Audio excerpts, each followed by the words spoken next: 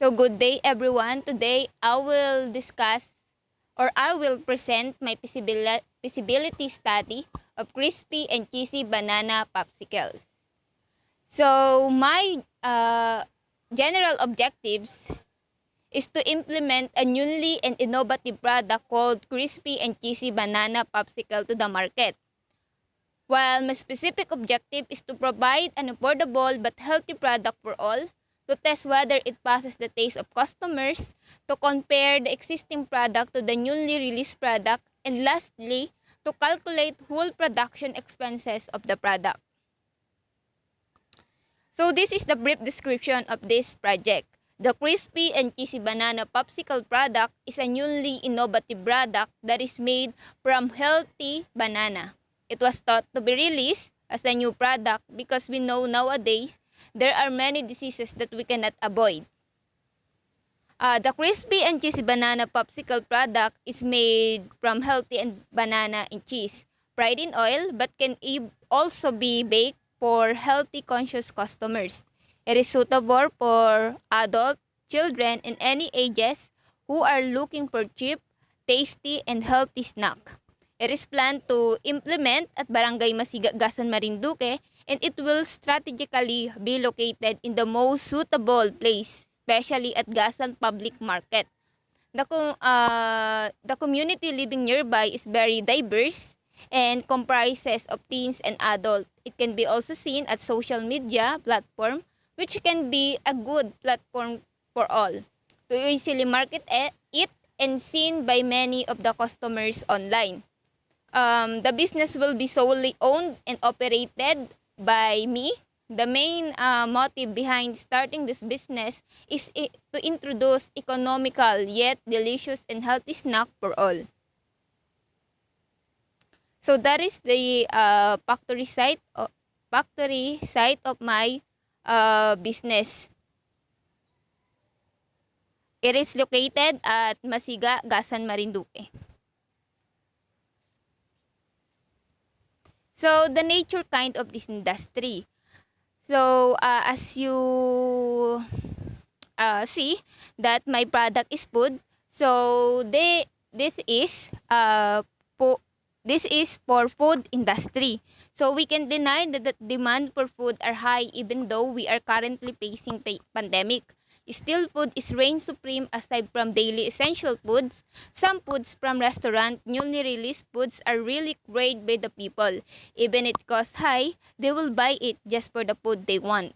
That's why it's really exciting to be part of this industry. Even though the competition is high, you have to be innovative to the product you will be implemented and the strategy you will put into the business to become successful. So, we are now in a market study. So, who is or where is my target market? Or who is my target market? Crispy and cheesy banana popsicle is a kind of healthy snack that is suitable for all ages, especially children and adults who are searching for healthy snack, female and male. One of our target market is the adult, especially parents because they can influence their children to buy this product no matter what their gender, and also people with high or low income as long as they will potential buyer of this innovative product. So the competition, since the product will be available at the public market, so the competitors that I can see is those who sell snacks similar from products like waffles, banana Q, turon, and even the corn dogs. And since this is new to the eye of the customers or people, this can be led to curiosity of the product. So on the other hand, nutrition product with fruits and vegetables are obliging our body in handling our nutrients. Some of the customers, especially children, cannot be fed food mixed with pure vegetable or fruits. So they prepare processed foods such as hot dog, ground pork, and etc. Hence, this product will appear as a food similar to the corn dog, but we made it healthy and nutritious way. So the product. The crispy and cheesy banana popsicle product made from pure banana is one of the healthiest fruits. It contains fiber, potassium, folate, and antioxidant such as vitamin C. All of these support heart health. A 27 Renew found that the people who follow a high-fiber diet have a lower risk of cardiovascular diseases than those on a low-fiber diet. This product is coated with flour and eggs with cheese and cheese inside. It is fried in oil but can be also baked depending in the choices of the customer, and it can be dipped in ketchup and mayonnaise. So this is the actual photo of my product. Where do I put this product? So packaging play an important role in promoting product. This can be also an instrument to create brand identity and help the shelf life of the product. This product will be placed properly in a paper mailbox to avoid the use of plastic and help the conservation of the environment. So what will be my strategy to sell this product? This will be display in the market located in Gasan through online, which can be reach lots of people around the province. Promoting it through the use of online platforms such as Facebook and other online platforms. So I also plan to have a pre-tasting, which is one of the strategy to promote the product. So price. This product can be bought cheaply and worth not only in the pocket but in the taste. Each pieces of the product are 30 pesos, but the price will be dependent on how the market price of the main ingredients. Any change of the price of the product will be taken in consideration to the factors that measure the consumer's capability to purchase the product. So this is now the technical study. As you can see to the screen that this is my manufacturing flow chart. So the main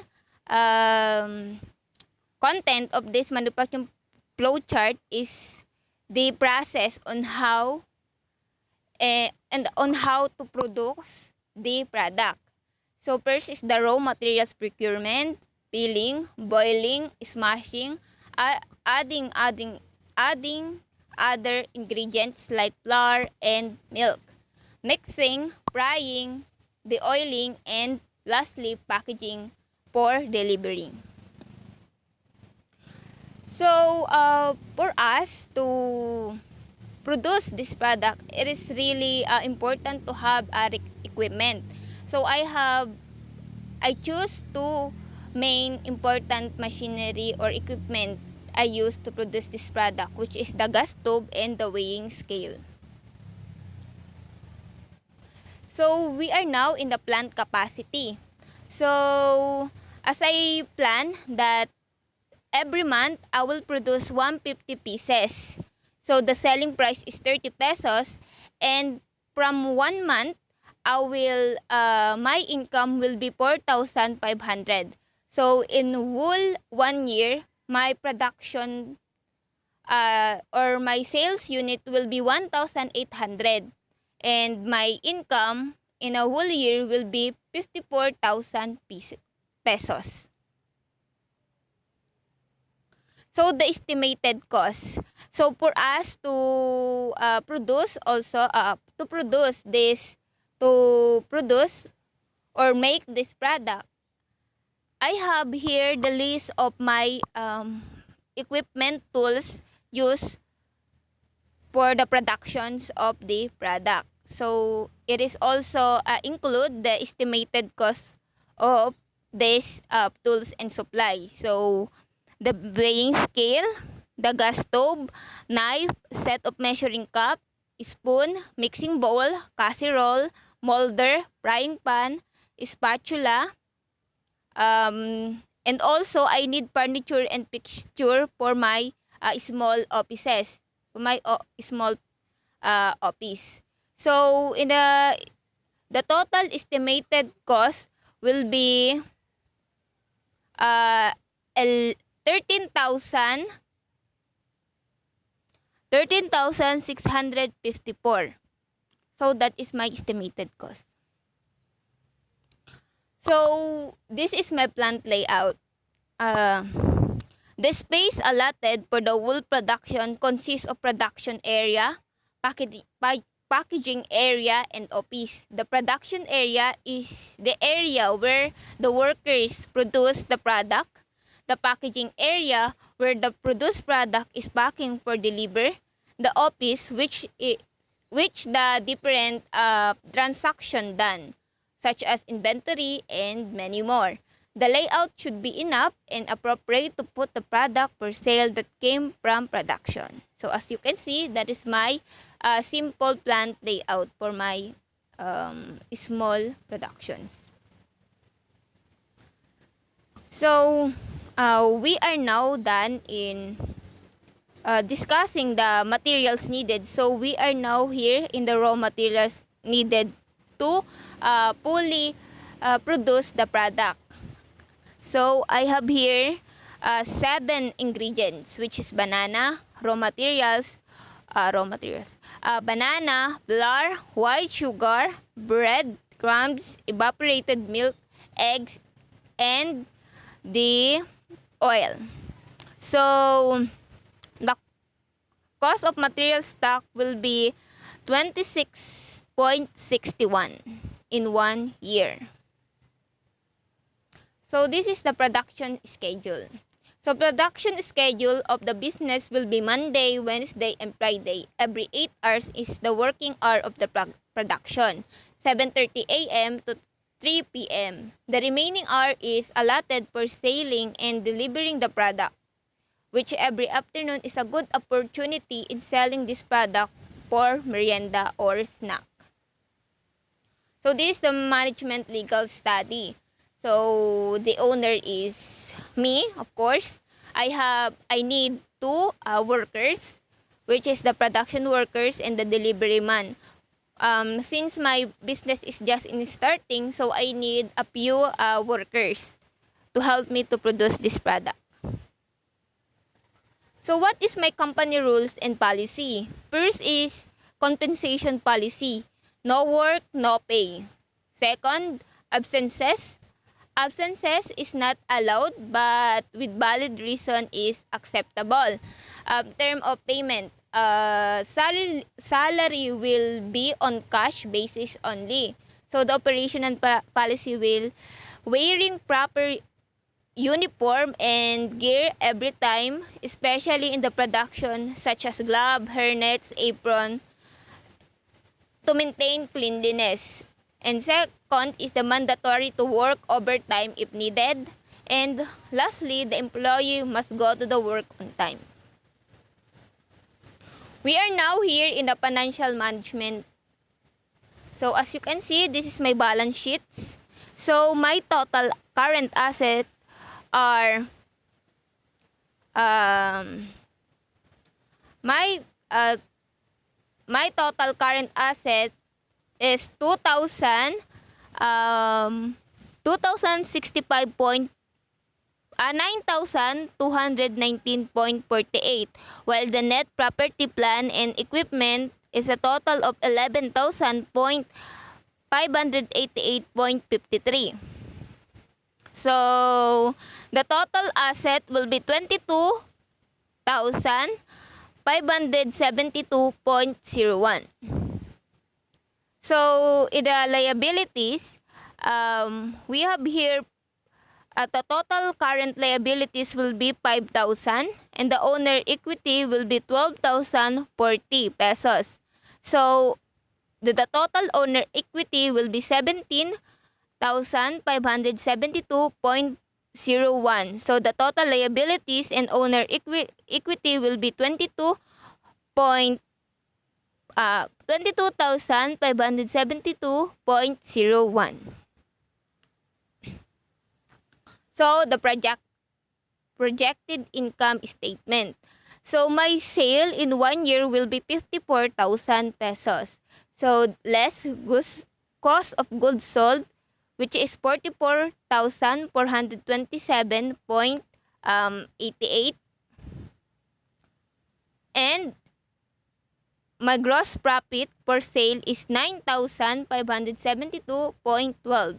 So, less selling expenses will be 2,540 pesos.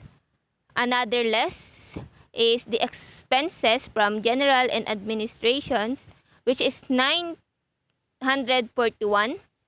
And the net income before interest and taxes will be 6,091.12. And again, less interest change, which is 500 pesos. So the net income before taxes will be 5,591.12. Another less income tax, which is 59.11. So my whole net income for the year 1 will be 5,532.01. So let's move on to the project cash flow. My cash flow will be cash sale is 43,200 pesos. The collection of receivable will be 9,900 pesos. The total cash flow will be 53,100. So, to the cash outflow, we have here 37,131.81, and the indirect material purchase will be 1,307.80.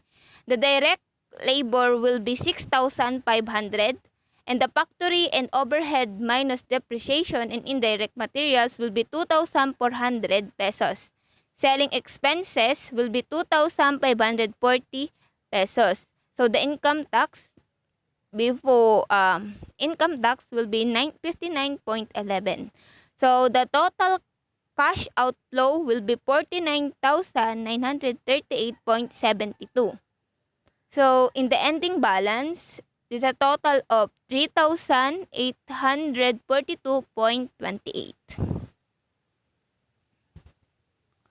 So the socio-economic study. So the proposed project aims to help localities and to give healthy lifestyle to the people and to maintain the conservation of the environment. As I mentioned, this product will use a paper mailbox to avoid use of plastic. Aside from this, it will provide opportunity to others to have a source of income.